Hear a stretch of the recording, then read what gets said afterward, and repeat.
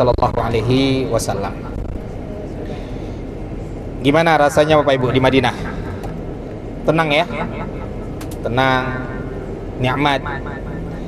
Ya walaupun sebagian kita mungkin diuji oleh Allah. Ya. Ada yang diuji mungkin kesehatannya, ada yang mungkin diuji kesabarannya, ada yang mungkin diuji dengan ujian-ujian yang lainnya. Nah, ketika kita mendapatkan ujian Bapak Ibu, maka kita mencoba husnuzan kepada Allah. Ya mudah-mudahan ujian ini dapat melebur dosa kita dan mengangkat derajat kita di sisi Allah Subhanahu wa taala. Dan mudah-mudahan merupakan bagian daripada ibadah kita. Ya ketika kita bersabar ketika diuji, itu adalah ibadah. Ya, yang namanya sabar ya inda sotmatil ula, kata Nabi. Sabar itu ya ketika kita kena pertama kali, ya itu kita bersabar. Bapak Ibu, inilah kota Nabi kita yang mulia, Nabi Muhammad sallallahu alaihi wasallam. Nggak kebayang gitu ya betapa nikmatnya dahulu para sahabat bisa hidup ya bertetangga dengan Nabi kita yang mulia, melihat setiap hari wajah Nabi, melihat senyum Nabi, melihat ya akhlak Nabi sallallahu alaihi wasallam yang sangat mulia. Innaka la'ala khuluqin azim, kata Allah. Wahai Muhammad, sesungguhnya engkau berada pada akhlak yang sangat luar biasa.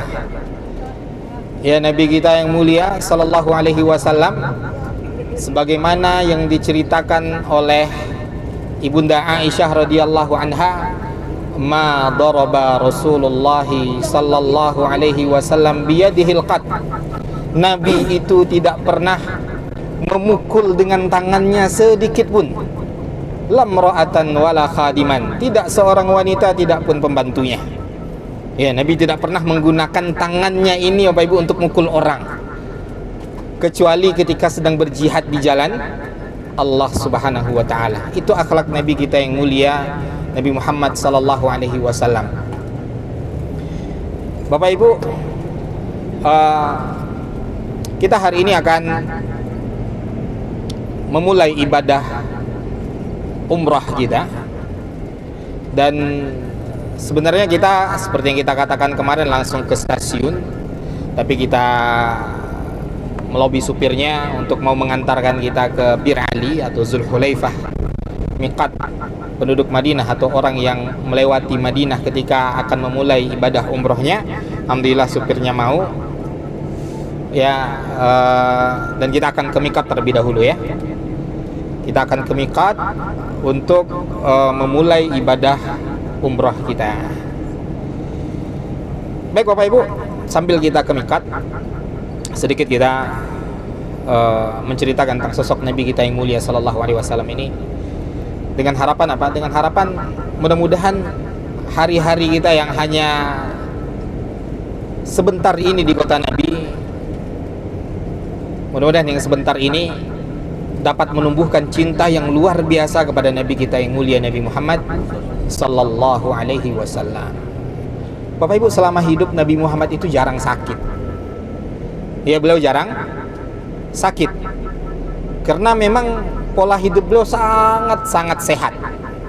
Ya, pola hidupnya memang sangat sehat. Seperti yang kemarin telah kita singgung, Nabi itu nggak pernah mau selalu kenyang. Ya, Nabi itu tidak pernah mau selalu kenyang, karena memang ternyata kenyang yang berlebihan, dan kalau itu setiap hari, itu selain menghilangkan kepekaan kita kepada orang-orang yang kelaparan, itu juga akan membuat fisik kita tidak sehat. Betul Pak Ibu ya? Betul, banyak penyakit itu timbul karena pola makan, ya, karena kekenyangan, makan yang berlebihan. Jadi Nabi kita yang mulia, Nabi Muhammad sallallahu alaihi wasallam itu jarang sekali sakit selama hidupnya. Nabi sakit parah Bapak Ibu ketika ya Nabi sallallahu alaihi wasallam kurang lebih 40 hari sebelum beliau wafat. Beliau sakit parah, pada saat itu demam tinggi. Efek daripada daging kambing yang dihadiahi oleh seorang wanita Yahudi di Khaybar kepada Nabi, Nabi menerima hadiah tersebut dan Nabi memakannya, ternyata daging tersebut beracun. Ya, Nabi merasakan efek daripada daging yang beracun tersebut kurang lebih 40 hari menjelang beliau sallallahu alaihi wasallam wafat. Beliau demam tinggi. Beliau demam tinggi. Tapi beliau walaupun demam tinggi, selama beliau masih bisa beraktivitas, selama beliau masih bisa berjalan, selama beliau masih bisa berdiri, beliau tidak akan meninggalkan dakwah. Beliau tidak meninggalkan para sahabatnya, apalagi sholat. Apalagi sholat, Nabi tetap pergi ke masjidnya. Ya, Nabi SAW tetap pergi ke masjidnya. Hingga akhirnya, ya, 5 hari menjelang beliau SAW wafat, demamnya semakin tinggi. Demamnya semakin tinggi. Berarti hari apa itu, Pak Ibu? Nabi Muhammad lahirnya, wafatnya hari apa kemarin? Senin. 5 hari sebelumnya itu hari berapa? Hari apa berarti? Ya, kurang lebih hari Rabu. Ya, kurang lebih hari Rabu. Nabi pada saat itu ya sudah mulai minta dipapah untuk ke masjid. Beliau masih ingin bersemangat, ingin ke masjid. Maka dipapah oleh Ali bin Abi Thalib dan salah seorang sahabat yang lainnya. Beliau menuju ke masjidnya. Setelah selesai sholat, Nabi memberikan nasihat kepada para sahabatnya. Apa kata Nabi? Di antara petikan yang Nabi ucapkan di nasihatnya yang panjang pada siang itu, kata Nabi SAW, Inna abda, ya sesungguhnya ada seorang hamba, kata Nabi SAW, diberikan pilihan oleh Allah Subhanahu wa Ta'ala antara hidup kekal di dunia selama-lamanya atau berjumpa dengan Allah Subhanahu wa Ta'ala.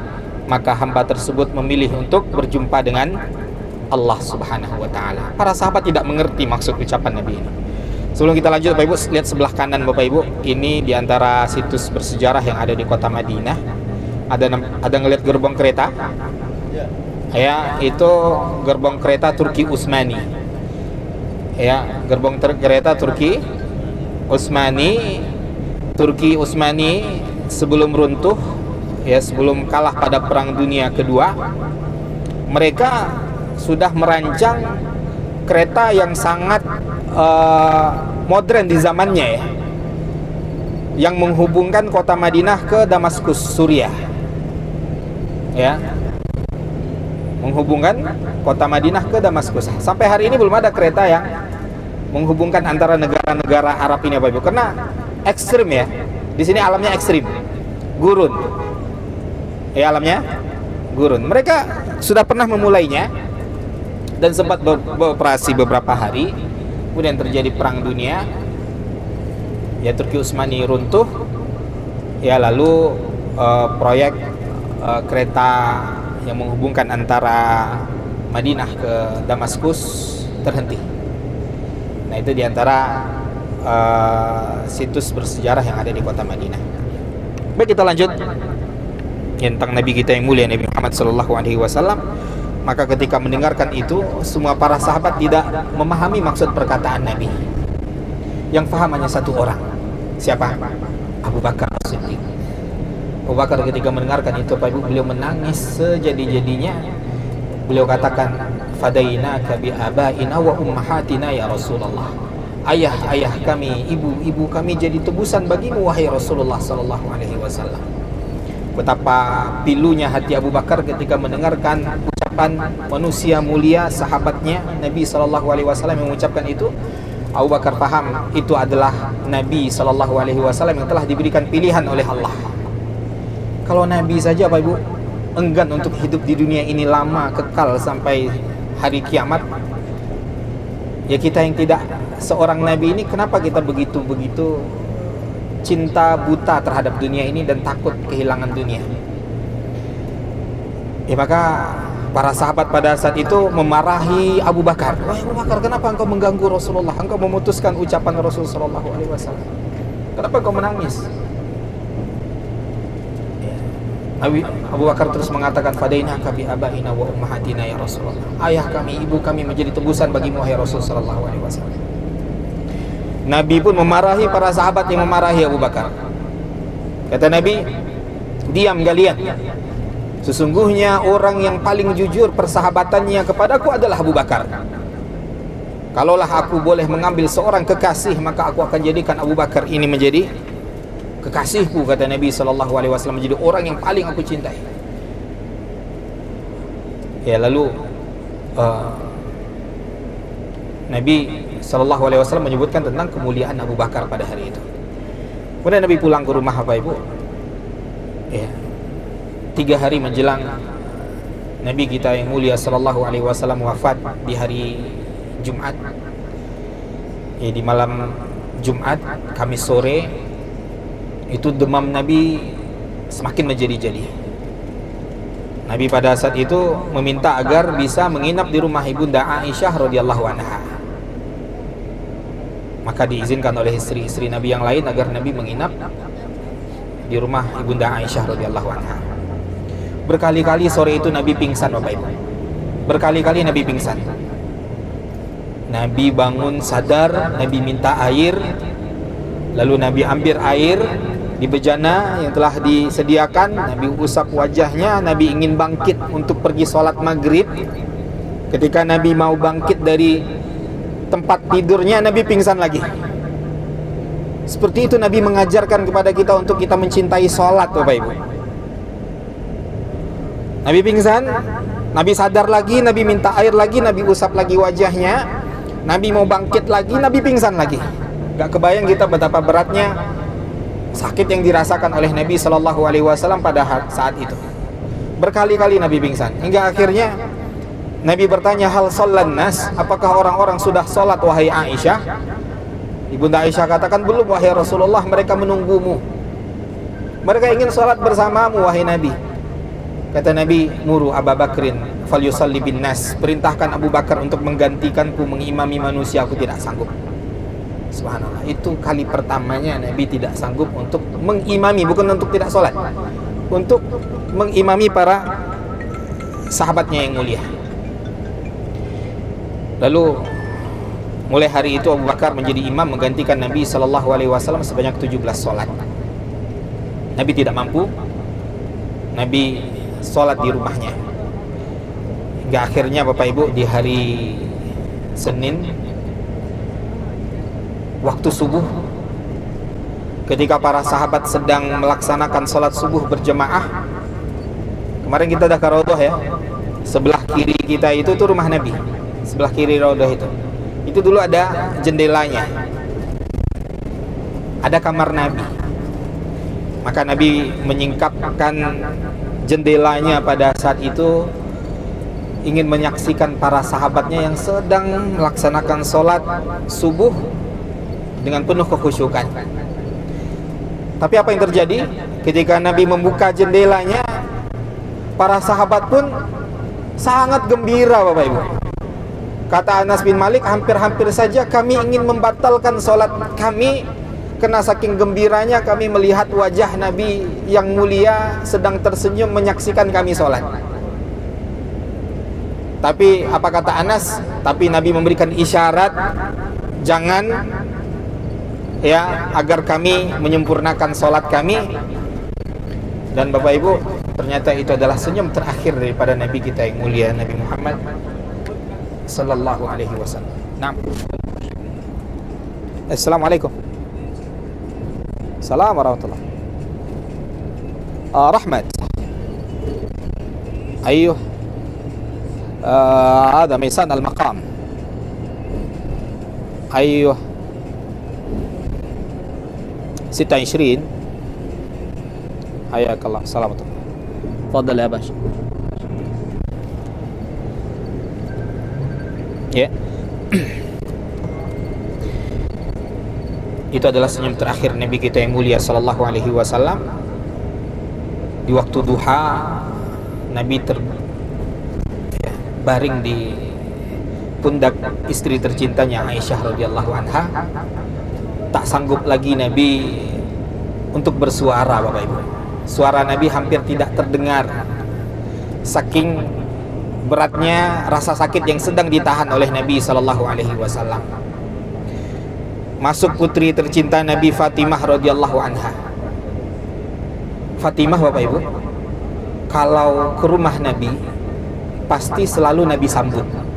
Nabi kalau lagi berdiri, kalau lagi duduk, Nabi berdiri menyambut putri tercintanya. Kalau lagi berkunjung ke rumah ayahandanya Rasul Sallallahu Alaihi Wasallam, Nabi cium dahinya, Nabi persilakan untuk duduk di tempat duduk Nabi Sallallahu Alaihi Wasallam. Kebayang nggak bagaimana perasaan Fatimah ketika melihat ayah tercintanya tidak menyambutnya seperti biasa.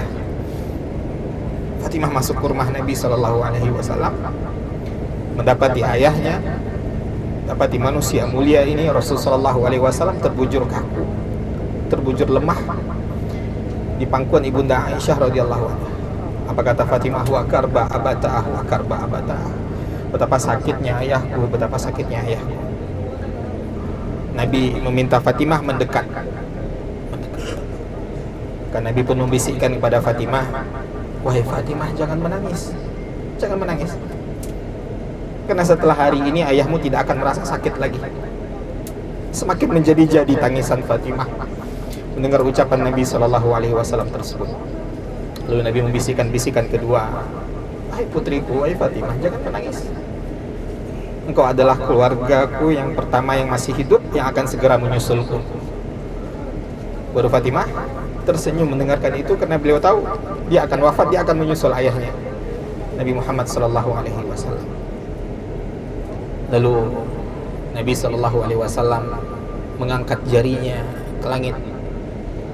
Nabi katakan, la ilaha illallah inna lil mauti la sakarat. La ilaha illallah inna lil mauti la sakarat. Tiada sesembahan yang berhak disembah kecuali Allah. Sesungguhnya kematian memiliki rasa sakit yang luar biasa. Allahumma, ya Allah, ma'an nabiyyina was-siddiqina was-syuhada'i was-salihin. Ya Allah, kumpulkan aku bersama para nabi, bersama orang-orang syuhada, bersama-sama orang siddiqin, bersama orang-orang salihin.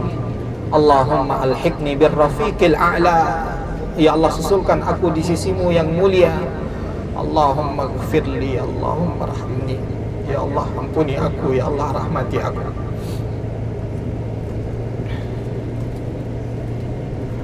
Lalu Nabi Sallallahu Alaihi Wasallam diwafatkan oleh Allah Subhanahu wa ta'ala. Terkulailah tangan Nabi Sallallahu Alaihi Wasallam. Mendengarkan, menyaksikan itu, para sahabat ya seperti mendapati petir di siang bolong. Tidak percaya mereka ditinggalkan oleh Nabi yang mulia, Nabi Muhammad Sallallahu Alaihi Wasallam. Allahumma salli ala nabiyina Muhammad wa ala alihi wa ashabihi wasallam. Bapak Ibu, kaum muslimin, kaum muslimat yang dimuliakan oleh Allah Subhanahu wa taala, jemaah martur. Alhamdulillah kita sudah sampai di miqat. Ini dia masjid miqat. Mohon kerjasamanya di sini Bapak Ibu, karena masjid ini sangat crowded. Kalau ada satu orang nyasar itu nanti akan lama ketemunya, karena mirip-mirip semuanya, pintunya, toiletnya, ya, dan warnanya. Ya, jadi nanti mohon diperhatikan. Kita turun bersama-sama, sama seperti kemarin. Ya, kita tentukan meeting pointnya. Kita tentukan tempat di mana kita nanti ketemu setelah selesai sholat, karena tempat sholat laki-laki dan perempuan terpisah. Kita sholat apa di sini? Ya, kita sholat sunnah. Ya, sebelum memulai umrah kita.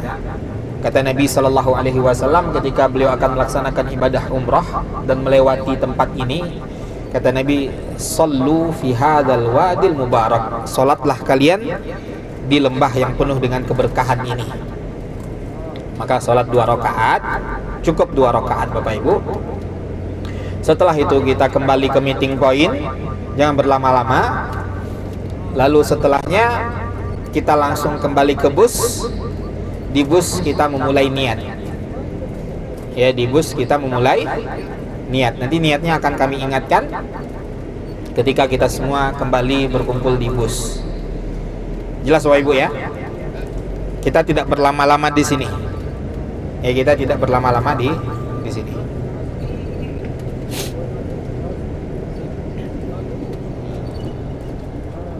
Ibunya Berisa tadi lupa kosor. Dia mau kosor. Jadi dia sholat doang. Nggak boleh, kalau jamaah itu harus langsung segera.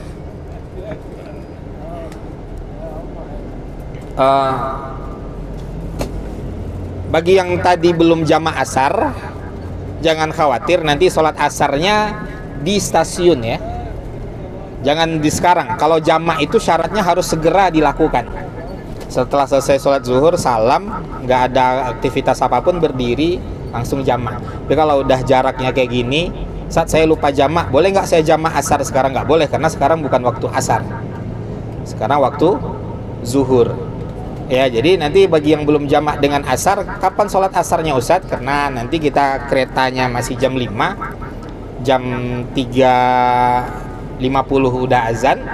Ya, jadi nanti sholat asarnya di qasar di stasiun 2 rakaat saja ketika waktu asar telah masuk. Bisa dipahami ya? Jadi untuk sholat di sini sholat sunnahnya saja, sholat asarnya jangan, karena ini belum waktu asar. Karena syarat jamak itu harus segera dilakukan bersamaan, beriringan dengan sholat yang dijamak. Kenapa Ibu? Nggak dengar Ibu. Nanti Bu ya. Nggak boleh. Sekarang mau kosor gitu. Ada jeda sholat jenazah. Ya, kalau ada jeda sholat jenazah, insya Allah nggak masalah, sedikit ya. Ya, lanjut. Baik, kita turun bareng ya. Kita turun. Kalau ada yang punya kacamata hitam, pakai kacamata hitam. Kalau ada topi, pakai topi dulu. Karena kita belum niatnya kita nanti di sini. Ya, niatnya kita nanti di atas bus ya. Kita niatnya nanti di atas bus setelah kembali ke bus dari sholat.